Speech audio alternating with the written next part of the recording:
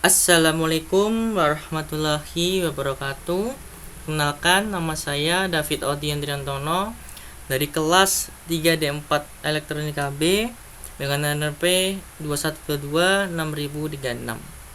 Di sini saya izin untuk mempresentasikan topik yang akan saya bahas dalam mata kuliah K3L dan Standar Internasional ini, yaitu tentang investigasi kecelakaan.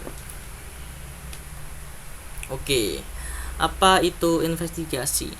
Investigasi itu ibarat kita memecah sebuah puzzle atau teka-teki, yang dimana investigasi itu dilakukan secara mundur, mulai dari garis finish menuju garis start, yang dimana pengibaratannya garis finish ini ibarat kecelakaan itu terjadi, lalu kita benar-benar analisa kronologinya sampai akhir investigasi dari start, seperti itu. Oke, apa itu konsep investigasi insiden?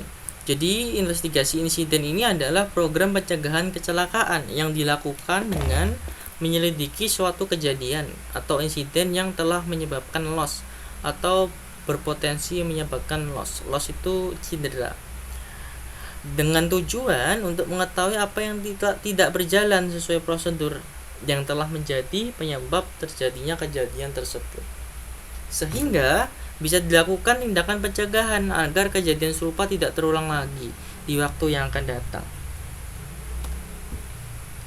Nah, di sini saya juga akan membahas terkait sikap mental leader dalam investigasi, karena menurut saya investigasi itu merupakan ilmu yang harus ilmu fundamental yang harus dimiliki oleh seorang leader, yaitu seorang K3 maupun seorang supervisor atau kepala dari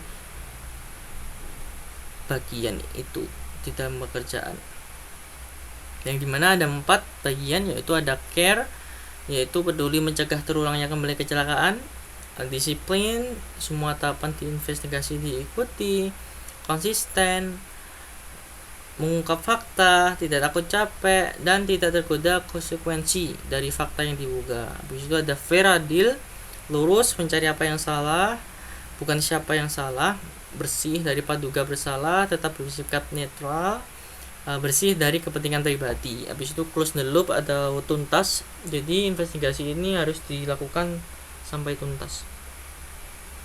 Lanjut, di sini saya membawa teori dari domino causation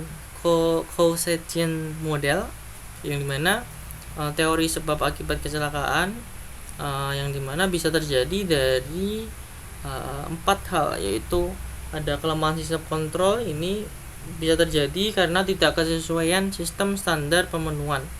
Bisa ada penyebab dasar dari faktor individu maupun faktor pekerjaan atau sistem. Dan penyebab langsung itu bisa terjadi karena tindakan itu tidak standar, kondisi tidak standar. Habis itu terjadi kecelakaan atau kejadian atau konteks dan terjadi kerugian atau cedera atau kerusakan yang tidak diinginkan atau bisa dikatakan loss.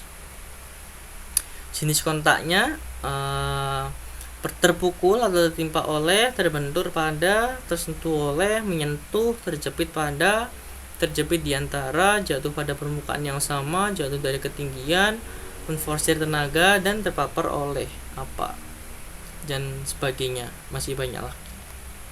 Nah, penyebab tidak langsung di sini ada 2 kategori, yaitu ada KTA dan TTA. KTA itu kondisi tidak aman, itu bisa jadi mungkin bisa disebabkan oleh faktor alam atau faktor dari alat itu sendiri, yaitu ada perkakas rusak, lantai licin, cuaca berkabut, ABT cacat, mobil gundul, rem tidak berfungsi.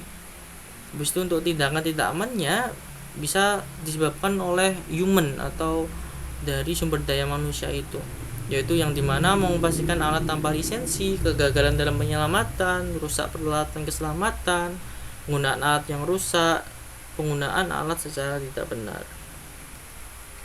Nah, apa itu faktor manajemen atau root cause? Yaitu tidak memadainya standar sistem pemenuhan. Yaitu ada 2 faktor, yaitu faktor manusia maupun faktor pekerjaan. Faktor manusia itu terdiri dari kekurangan fisik atau mental, kurang pengetahuan, kurang terampil, stres, dan kurang inovasi atau motivasi. Faktor pekerjaan ada kurang pengawasan, kesalahan rekayasa, kesalahan pembelian, kurang perawatan, kekurang tersediaan peralatan, standar kerja tidak memadai, penyalahgunaan peralatan. Nah, untuk alur investigasi kecelakaan ada 5 tahapan, yaitu ada barikade TKK, yang dimana kita mencegah celaka susulan, melindungi barang bukti. Habis itu kita mengumpulkan fakta 4P, yaitu ada place, people, part, and paper, yang dimana ada TKK, interview, alat perkakas, dan dokumen. Habis itu setelah mengumpulkan fakta, kita melakukan analisa penyebab kecelakaan, penyebab tidak langsung atau penyebab dari manajemen. Habis itu kita melakukan penetapan pencegahan kecelakaan dengan korektif dan preventif. Lalu kita buat laporan investigasi kecelakaan. Nah, urutannya sama seperti flowchart tadi di slide sebelumnya. Ada barikade, pengumpulan fakta, 4P, analisa penyebab, penetapan pencegahan, laporan investigasi kecelakaan.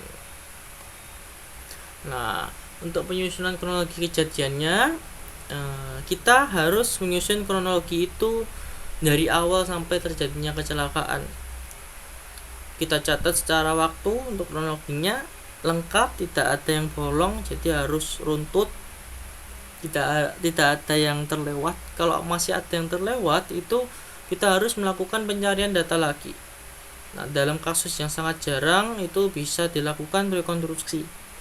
Dan analisa penyebab kecelakaan itu hanya bisa dimulai jika kronologi ini sudah dibuat lengkap atau kejadian peristiwa itu sudah runtut, tidak ada yang terlewat, seperti itu. Nah, analisa penyebab kecelakaan di sini kita mengumpulkan fakta lapangan itu sebanyak mungkin. Bisa 10 dan sebanyak-banyaknya fakta yang ada di dalam lapangan. Habis itu kita buat kesimpulan. Setelah terbentuk kesimpulan, kita baru buat rekomendasi. Nah, rekomendasi inilah yang nanti akan kita buat sebagai report atau laporan. Nah, untuk contoh praktek kasusnya di sini saya mengambil contoh yaitu seorang elektrikan menderita patah tulang lengan kanan karena terjatuh dari tangga lipat setinggi 3,5 meter ketika ia sedang mengganti lampu di langit-langit ruang pertemuan. Yang dimana investigasi kecelakaan ini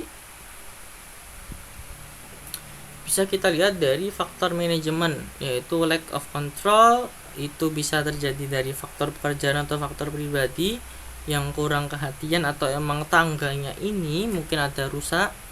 Habis itu ada kondisi tidak aman, tindakan tidak aman, atau ada energi bahan kimia, mungkin di bawahnya ada cairan atau apa, lalu terjadilah patah tulang ini atau cedera, kerusakan maupun kerugian.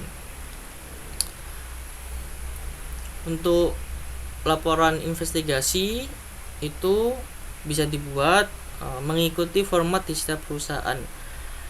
Terkadang perusahaan memiliki format yang berbeda, tapi pada umumnya laporan investigasi ini terdiri dari deskripsi singkat, fakta, kronologi, penyebab kecelakaan, dan rekomendasi. Nah, kesimpulannya dari makalah yang telah saya buat maupun PPT ini yaitu menekankan bahwa penerapan metode investigasi kecelakaan yang tepat merupakan hal yang sangat penting dalam upaya menciptakan lingkungan kerja yang aman dan produktif, terutama di industri manufaktur yang memiliki risiko yang tinggi. Di sini saya mengambil studi kasus di industri manufaktur seperti itu. Jadi kita harus sama-sama meningkatkan pengawasan, kesadaran diri, manajemen keselamatan, kesehatan kerja, K3, dan kita harus sama-sama komitmen dari seluruh anggota organisasi, baik dari manajemen maupun karyawan.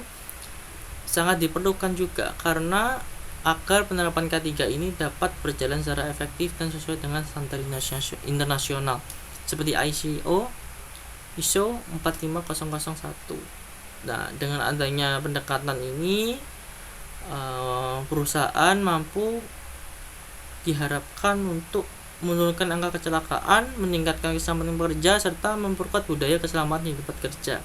Jadi hal ini tidak hanya melindungi kesejahteraan pekerja, tetapi juga berkontribusi terhadap produktivitas dan reputasi positif perusahaan di sektor manufaktur. Jadi seperti itu penjelasan saya terkait topik yang saya bahas, yaitu tentang dasar-dasar metode investigasi kecelakaan dalam mata kuliah K3L dan standar internasional. Mohon maaf jika ada kurang, mohon maaf jika ada salah kata. Terima kasih banyak untuk waktunya dan perhatiannya. Saya undur diri. Wassalamualaikum warahmatullahi wabarakatuh.